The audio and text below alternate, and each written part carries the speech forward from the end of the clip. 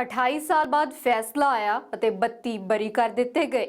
ਅਯੋਧਿਆ ਦੇ ਵਿੱਚ ਬਾਬਰੀ ਮਸਜਿਦ ਦਾ ਵਿਵਾਦਿਤ ਢਾਂਚਾ ਢਾਉਣ ਦੇ ਮਾਮਲੇ ਦੇ ਵਿੱਚ ਲੰਬੇ ਵਕਫੇ ਦੇ ਬਾਅਦ ਫੈਸਲਾ ਸੁਣਾਇਆ ਗਿਆ ਅਤੇ ਇਸ ਫੈਸਲੇ ਨੂੰ ਕਈਆਂ ਨੇ ਤਾਂ ਚੜ੍ਹਦਾ ਸੂਰਜ ਅਤੇ ਨਿਆਂ ਦੇਣ ਵਾਲਾ ਦੱਸਿਆ ਤੇ ਕਈਆਂ ਨੇ ਇਸ ਨੂੰ ਕਾਲਾ ਦਿਨ ਵੀ ਕਿਹਾ।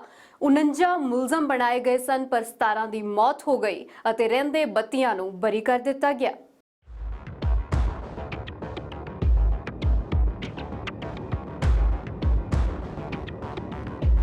जब ये समाचार सुना, जय श्री राम कह करके हमने इसका स्वागत किया। आरोप के कलंक से मुक्त हो गए। 28 साल केस चला, खोदा पहाड़ निकली मरी हुई चुहिया। आज का ये फैसला सीबीआई कोर्ट का भारत की अदालत की तारीख का एक काला दिन है। ਲੱਡੂ ਵੰਡ ਜਸ਼ਨ ਮਨਾਇਆ ਜਾ ਰਿਹਾ ਹੈ। 28 ਵਰੇ ਬਾਅਦ ਬਾਬਰੀ ਕੇਸ 'ਚ 32 ਬਰੀ ਹੋਏ ਨੇ।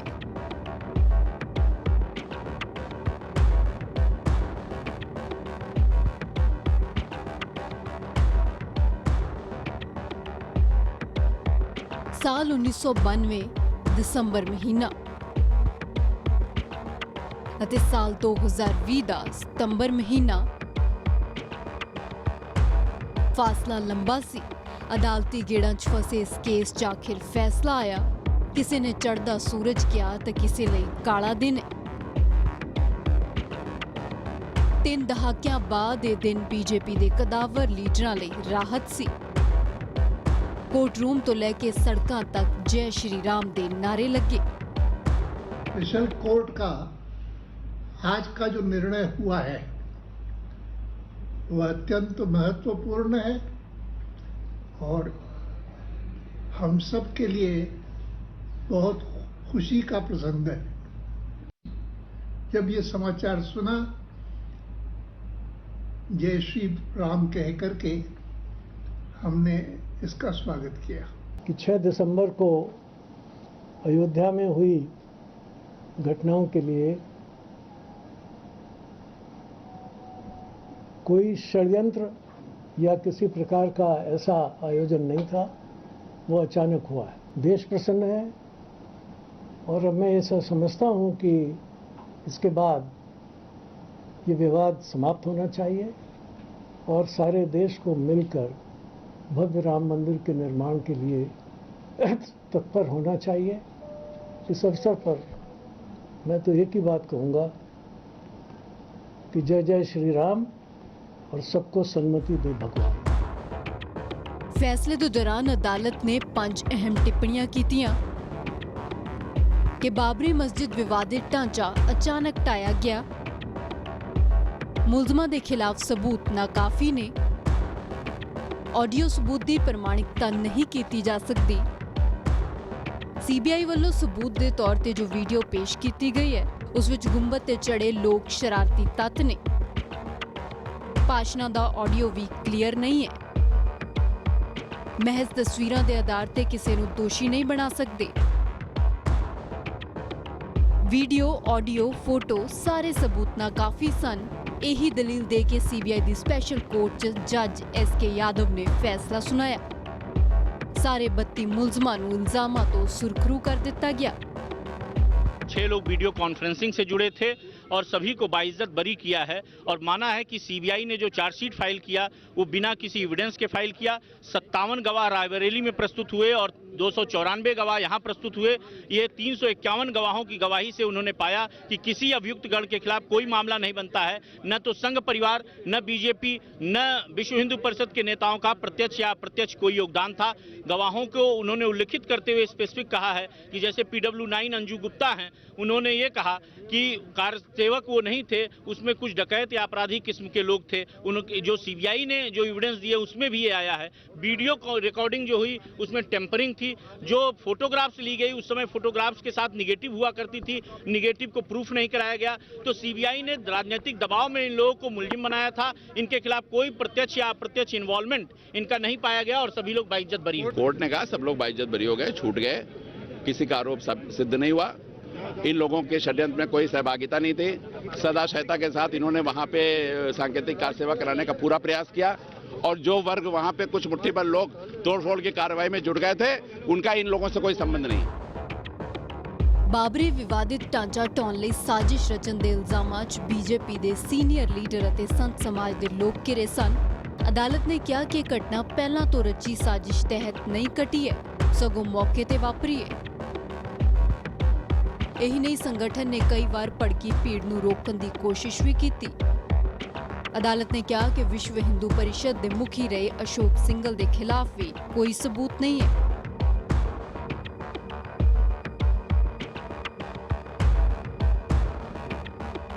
ਇਸ ਕੇਸ ਦੇ ਵਿੱਚ ਜੋ ਮੁੱਖ ਚਿਹਰੇ ਰਹੇ ਉਹਨਾਂ ਦੇ ਵਿੱਚੋਂ ਲਾਲ ਕ੍ਰਿਸ਼ਨ ਅਡਵਾਨੀ, ਮੁਰਲੀ ਮਨੋਹਰ ਜੋਸ਼ੀ, ਕਲਿਆਣ ਸਿੰਘ, ਉਮਾ ਭਾਰਤੀ, ਵਿਨੇ ਕਟਿਆਰ, ਰਾਮ ਵਿਲਾਸ ਵਿਦਾਂਤੀ, ਬ੍ਰਿਜ ਭੂਸ਼ਣ ਸ਼ਰਨ ਸਿੰਘ, महंत नृत्य गोपाल दास, साध्वी रितंबरा। फैसला कईयां नूं रड़क भी रहा है। लंबी कानूनी लड़ाई बाद निराशा हथ लगी है तो गुस्सा तल्ख शब्दां च जाहिर होया। सवाल पूछा गया कि जे किसी ने डेगी नहीं तो की मस्जिद जादू नाल डिग्गी। आरोप के कलंक से मुक्त हो गए, क्योंकि झूठे आरोप इतने लंबे समय तक झेलना वो भी विचित्र बात थी। लेकिन रामलला के कार्य में ये सब तो झेलना ही था। कभी भी सत्य का पथ आसान नहीं होता, उसमें बड़ी बाधाएं आती हैं, लेकिन अंदर से ये विश्वास होता है। देखिए, सबसे पहली बात है कि झूठ के कभी पाँव नहीं होते और सत्य को झुठलाया नहीं जा सकता। आज आपने सही कहा, दूध का दूध पानी का पानी हो गया। इतिहास में जाना पड़ेगा, 90 का नरसंहार याद करना पड़ेगा। लगातार हिंदू आस्थाओं का अवमानना, उसका इतिहास खंगालेंगे तो वो एक प्रतिक्रिया थी। अंत तो गत्वा सत्य की ही जय होती है, असत्य की जय नहीं होती। सत्य की जीत हुई है, इस पर न तो मैं यों करूंगा और न यों करूंगा, केवल यों करना चाहिए। अंग्रेजी करती यों ठेंगा दिखाओ या वी फॉर विक्ट्री बनाओ, बिल्कुल गलत घमंड है ये। ऐसा करने का हमें कोई अधिकार नहीं है। अगर ऐसा हुआ है तो भगवान की कृपा, और यों करने का तो मतलब ही नहीं है ठेंगा दिखाने का। तो बस केवल प्रणाम करना चाहिए। भगवान को प्रणाम, अयोध्या की धरती को प्रणाम, लक्ष्मणपुरी है ये लखनऊ, इसे प्रणाम। और हम भगवती भारत माता की 1 अरब संतानें मिलकर के जितने पुराने इस प्रकार के दाग हैं उन सबको धोएंगे। ये तो पहली झांकी है, काशी मथुरा बाकी है। यह घटना कोई पहले से सुयोजित नहीं थी, जैसा माननीय जज साहब ने भी कहा है।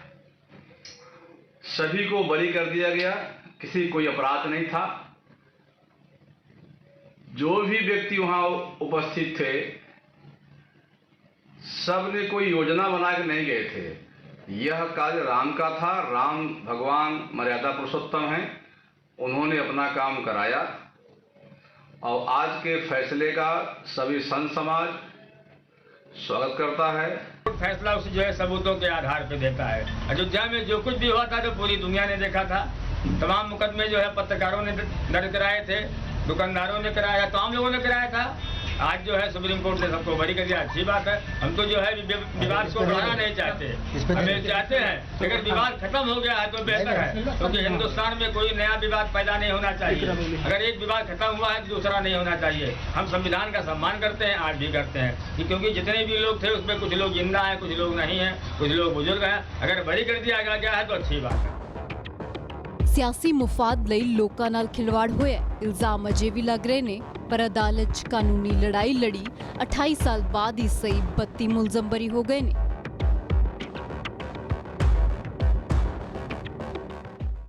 ਸਾਂਝਾ ਸਪੈਸ਼ਲ ਦੇ ਵਿੱਚ ਫਿਲਹਾਲ ਰੁਕਦੇ ਛੋਟੇ ਜਿਹੇ ਬ੍ਰੇਕ ਦੇ ਲਈ ਬ੍ਰੇਕ ਦੇ ਉਸ ਪਾਰ ਦਿਖਾਵਾਂਗੇ ਕਿ 28 ਵਰੇ ਬਾਅਦ ਆਏ ਇਸ ਫੈਸਲੇ ਤੇ ਵਿਰੋਧੀਆਂ ਨੂੰ ਕੀ ਨੇ ਇਤਰਾਜ਼ ਅਤੇ ਇਤਿਹਾਸ ਦੇ ਪੰਨਿਆਂ ਤੇ ਪਾਵਾਂਗੇ ਨਜ਼ਰ ਕਿ ਕੀ ਹੈ ਪੂਰਾ ਮਾਮਲਾ।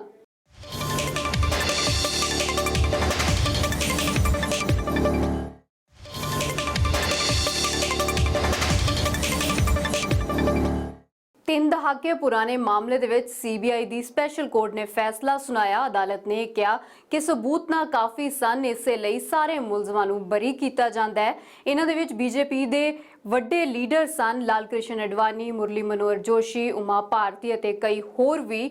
ਪਰ ਹੁਣ ਇਹਨਾਂ ਤੇ ਸਵਾਲ ਵੀ ਚੁੱਕੇ ਗਏ ਨੇ, ਖਾਸ ਕਰਕੇ 90 ਦੇ ਦਹਾਕੇ ਦੇ ਵਿੱਚ ਵਾਪਰੀਆਂ ਕੁਝ घटनावां ਤੇ। ਇਸ ਲਈ ਨਜ਼ਰ ਪਾਉਂਦੇ ਇਤਿਹਾਸ ਤੇ ਇਸ ਰਿਪੋर्ट ਦੇ ਜ਼ਰੀਏ। जब ये समाचार सुना, जय श्री राम कह करके हमने इसका स्वागत किया। एलके अडवाणी इल्जाम मुक्त हो गए ने कई वरियां बाद। अडवाणी राम मंदिर अंदोलन दा प्रमुख चेहरा सन ਅਤੇ ਉਹਨਾਂ ਦੇ ਨਾਲ ਸਨ ਮੁਰਲੀ ਮਨੋਹਰ ਜੋਸ਼ੀ, ਉਮਾ ਭਾਰਤੀ, ਕਲਿਆਣ ਸਿੰਘ ਵਰਗੇ ਨੇਤਾ। ਅਤੇ ਇਹਨਾਂ ਲੀਡਰਾਂ ਸਣੇ 32 ਲੋਕਾਂ ਤੇ ਹੀ ਇਲਜ਼ਾਮ ਸਨ ਕਿ ਇਹਨਾਂ ਨੇ ਵਿਵਾਦਿਤ ਢਾਂਚੇ ਨੂੰ ਡੇਗਣ ਦੇ ਲਈ ਸਾਜ਼ਿਸ਼ ਰਚੀ ਸੀ। ਪਰ 28 ਵਰਿਆਂ ਬਾਅਦ ਹੀ ਸਹੀ ਉਹਨਾਂ ਨੂੰ ਅਦਾਲਤ ਨੇ ਬਰੀ ਕਰ ਦਿੱਤਾ। ਪਰ ਪੂਰੇ ਹਿੰਦੁਸਤਾਨ ਦੀ ਸਿਆਸਤ ਅਤੇ ਸਮਾਜਿਕ ਪਰਿਸਥਿਤੀਆਂ ਨੂੰ ਬਦਲਣ ਵਾਲੀ ਇਸ ਘਟਨਾ ਦੀ ਨੀਂਹ 1990 ਦੇ ਦਹਾਕੇ 'ਚ ਰੱਖੀ ਗਈ ਸੀ। हमारा स्वयं का आंदोलन जो भारतीय जनता पार्टी की तरफ से राम मंदिर के निर्माण के लिए सहयोग के रूप में किया जा रहा था, श्री अडवाणी जी के नेतृत्व में और भारतीय जनता पार्टी के उस समय के अध्यक्ष के रूप में जो मैं उसमें सहयोग कर रहा था, उस सब का एकमात्र उद्देश्य जन जागरण करना और राम मंदिर के लिए देश भर में एक जनमत और एक प्रकार का वायुमंडल तैयार करना था और तथ्यों को लोगों के सामने रखना था। इस निर्णय ने यह सिद्ध कर दिया है कि हमारा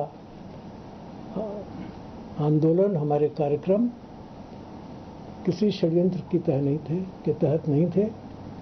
वो एक सामान्य जनतांत्रिक आंदोलन के तौर पर थे।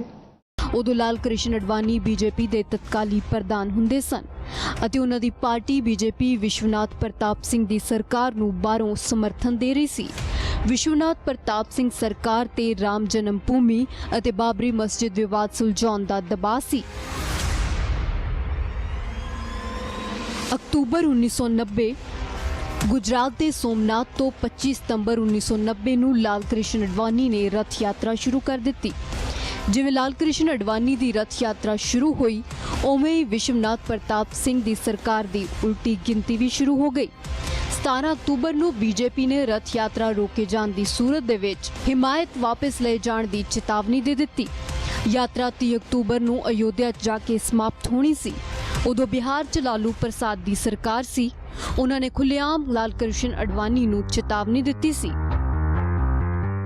मैं इस मंच के माध्यम से पुनः श्री अडवाणी जी से अपील करना चाहता हूं, अपनी यात्रा को स्थगित कर दें।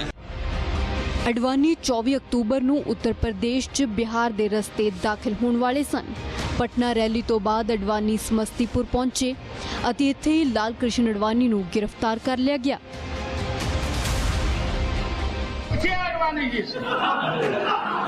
अडवाणी जी को गिरफ्तार किया तो ड्यू रेस्पेक्ट दिया, मसान जोड़ के कलकत्ता गेस्ट हाउस में रखा और हेलीकॉप्टर से भेजवा।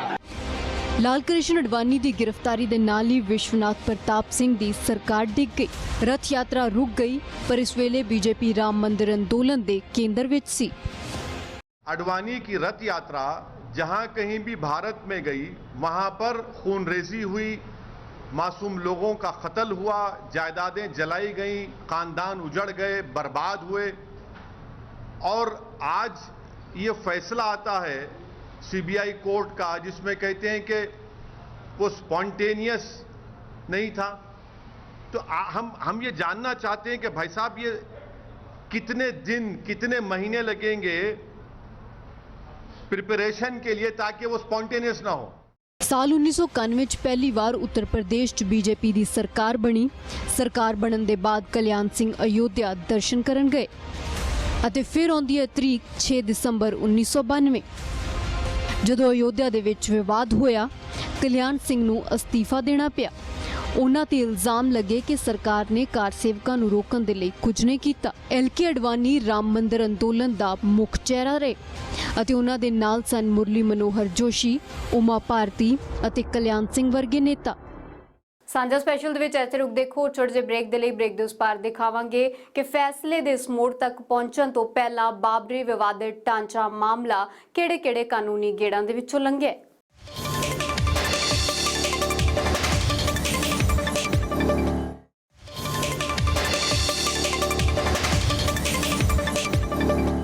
छह दिसंबर 1992 बाबरी विवादित ढांचा ढाया गया, जिस बाबत हुण फैसला सुना दिता गया। 28 वरियां बाद यह फैसला सुनाया गया, पर इस तो पहला कई वरियां तक ये मामला है जिहड़ा पूरा वो कानूनी गेड़ दे विच फसिया रहा। पर सवाल तो अजे भी बरकरार ने कि जेकर कोई दोषी नहीं है, जेकर कोई मुलजम नहीं है, तो ढांचा तो ढाया ही गया। तो आखिर कौन है वो जिसने ढांचा ढाया?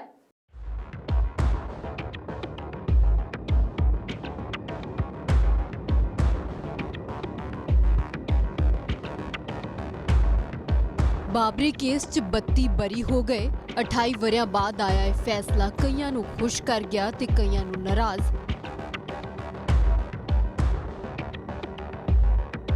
ढांचा किसने ढाया, साजिशकर्ता कौन सी, जिम्मेवारी किसदी सी, दोषी कौन है?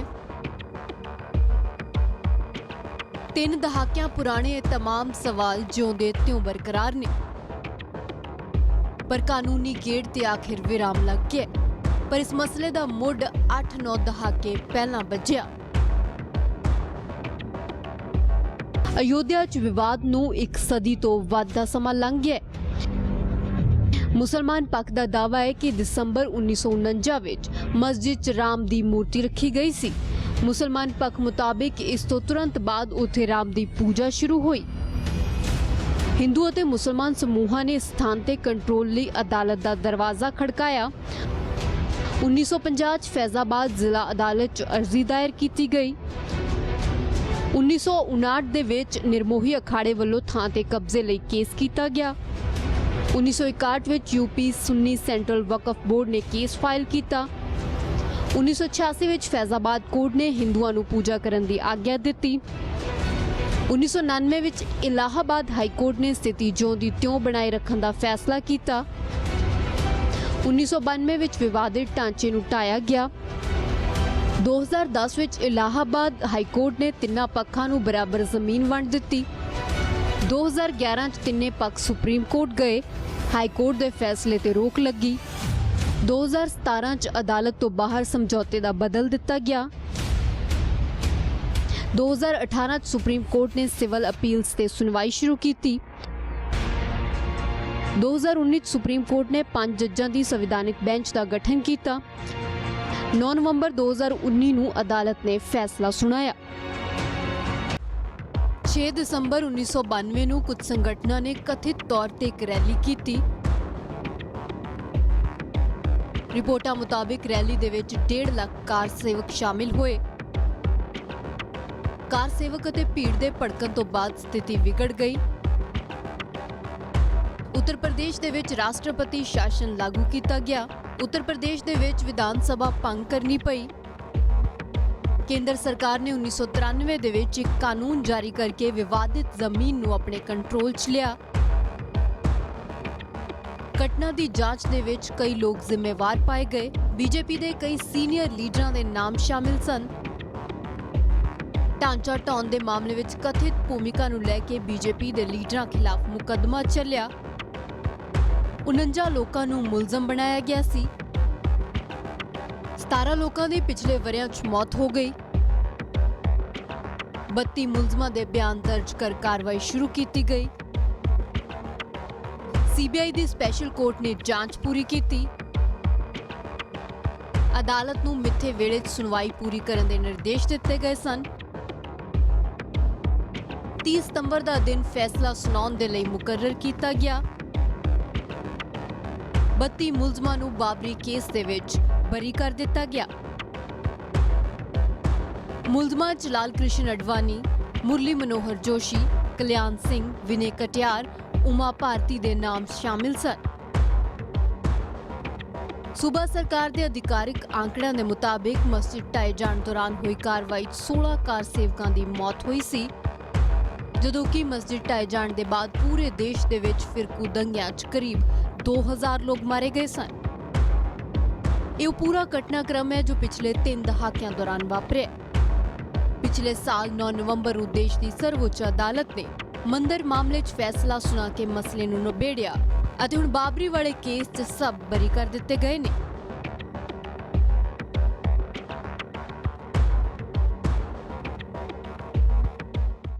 ਸਾਂਝਾ ਸਪੈਸ਼ਲ ਦੇ ਵਿੱਚ ਅੱਜ ਦੇ ਲਈ ਇੰਨਾ ਹੀ। ਮੈਨੂੰ ਦਿਓ ਇਜਾਜ਼ਤ। ਪ੍ਰਮੁੱਖ ਦੀ ਗੱਲ ਦੇ ਵਿੱਚ ਦੇਖਣਾ ਨਾ ਭੁੱਲਣਾ ਕਿ ਸੁਖਬੀਰ ਸਿੰਘ ਬਾਦਲ ਨੇ ਕਿਸਾਨ ਅੰਦੋਲਨ ਦੇ ਪੱਖ ਦੇ ਮੁੱਦੇ ਤੇ ਤਿੱਖੇ ਸਵਾਲਾਂ ਦੇ ਕੀ ਦਿੱਤੇ ਨੇ ਜਵਾਬ।